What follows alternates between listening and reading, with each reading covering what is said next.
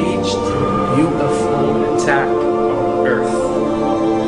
We have been preconditioned by all the media for the past couple of decades to slowly but surely start accepting the existence of aliens and UFOs.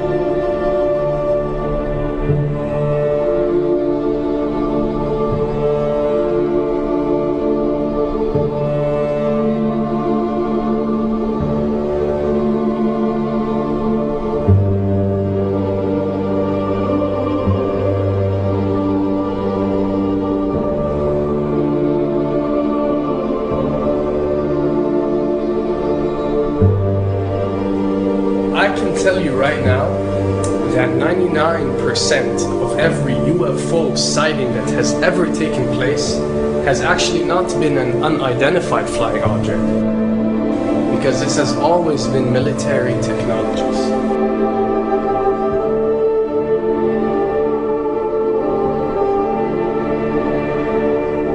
Another thing I'd like to point out is surveys and questionnaires.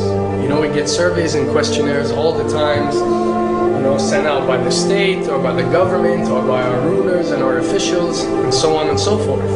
Do you really think that these ruling powers care about what you think? Do you really think that they're waiting to ask you and receive your answer before making a decision? What happens with these questionnaires is that they are released. For example, what country do you think the US should attack next? And if it yields back results like 70% of the US population believe Iran is the next country that should be attacked, this is actually a study conducted for the effectiveness of the media propaganda that they are using. So when they get such results, they look at it and they be like, all right, amazing. Our media propaganda is working. We are purposely trying to manipulate people to think that Iran should be the next one, and check out the survey results. We're doing a great job in propaganda. That's what it's all about. And if the results come back and they aren't up to par, so let's say 20% want war with Iran and 80% want actual peace, they say, okay, so now we have to go and rework our media propaganda and make it more effective so these percentages change. Why am I saying this? Because of the UFO phenomenon. Since the 60s, the amount of people who believe in extraterrestrials have skyrocketed, and it's only increasing day by day in our modern world. This only confirms the success and the plans that are taking place to first manipulate you to believe in UFOs, and second, to conduct a UFO attack that is going to force the whole world to unite to fight off this enemy and accept the New World Order. A former Canadian government official is warning we may be on the verge of intergalactic war, saying, quote, the Bush administration has finally agreed to let the military build a forward base on the moon, which will put them in a better position to keep track of the comings and goings of visitors from space, and to shoot at them if they so decide. I was introduced to the late Dr. Wernher von Braun in the U.S., the father of rocketry. In my first meeting with him, during that first 3.5 hours, he said to me, Carol, you will stop the weaponization of space, because there is a lie being told to everyone that the weaponization of space is now first being based upon the evil empire, the Russians. There are many enemies, he said, against whom we're going to build this space-based weapon system. The first of whom was the Russians, which was existing at that time. Then there would be terrorists. Then there would be third world countries. Now we call them rogue nations or nations of concern. Then there would be asteroids.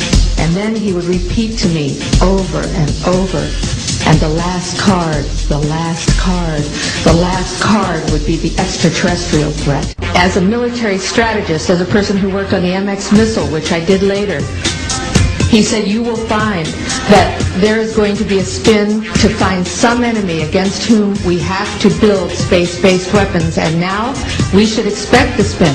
And that's the formula, except that it's all based on a lie. A supersonic saucer. Called the Silver Bug, it was truly revolutionary. The plans show in detail a multi-jet engine craft that boasted amazing maneuverability and speed. It's an intriguing thought that this concept may tie in with the work of the German scientists who brought saucer technology to the US at the close of the Second World War.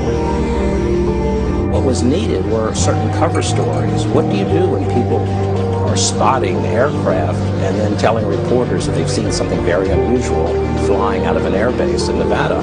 And frankly, this was the origin of a lot of the sightings that took place in the mid-50s, 1954, 55, 56, of unidentified flying objects, the UFOs. So the CIA was involved in encouraging people to believe that, yes, they saw UFOs, and the CIA and the military tried to be very helpful to reporters to get these stories out, to divert the attention of the country, and particularly the people in this region, about what they had actually seen. Mexican Air Force pilots capturing on videotape what are said to be 11, count them, 11 UFOs. The Mexican Air Force has released a video that some of you are going to find difficult to believe. A journalist says it shows images of UFOs tracking a Mexican military plane. So what's the truth about UFOs? The story of successive attempts to develop radically new forms of flight, conducted under the strictest secrecy, is inextricably bound up with our relationship with UFOs over the last 60 years.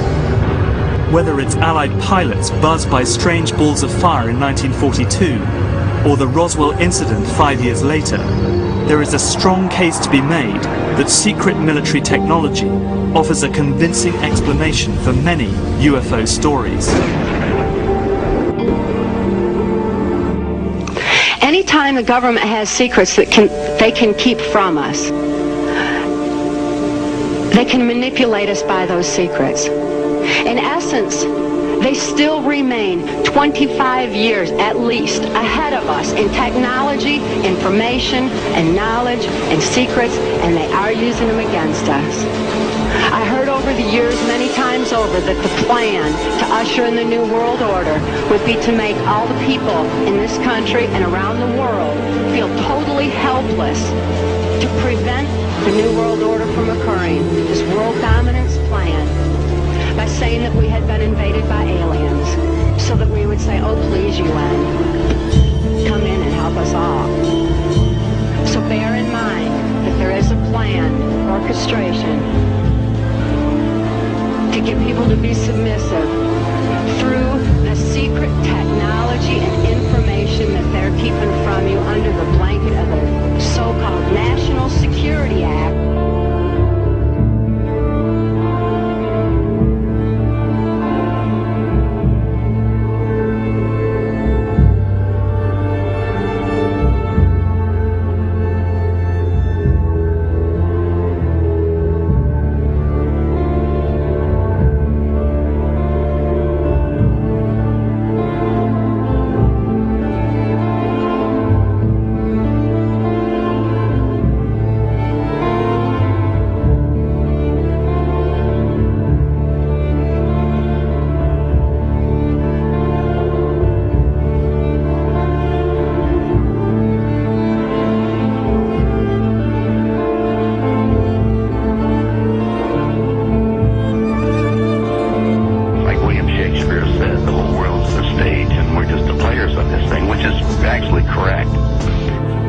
Perhaps we need some outside universal threat to make us recognize this common bound. I occasionally think how quickly our differences worldwide would vanish if we were facing an alien threat from outside this world.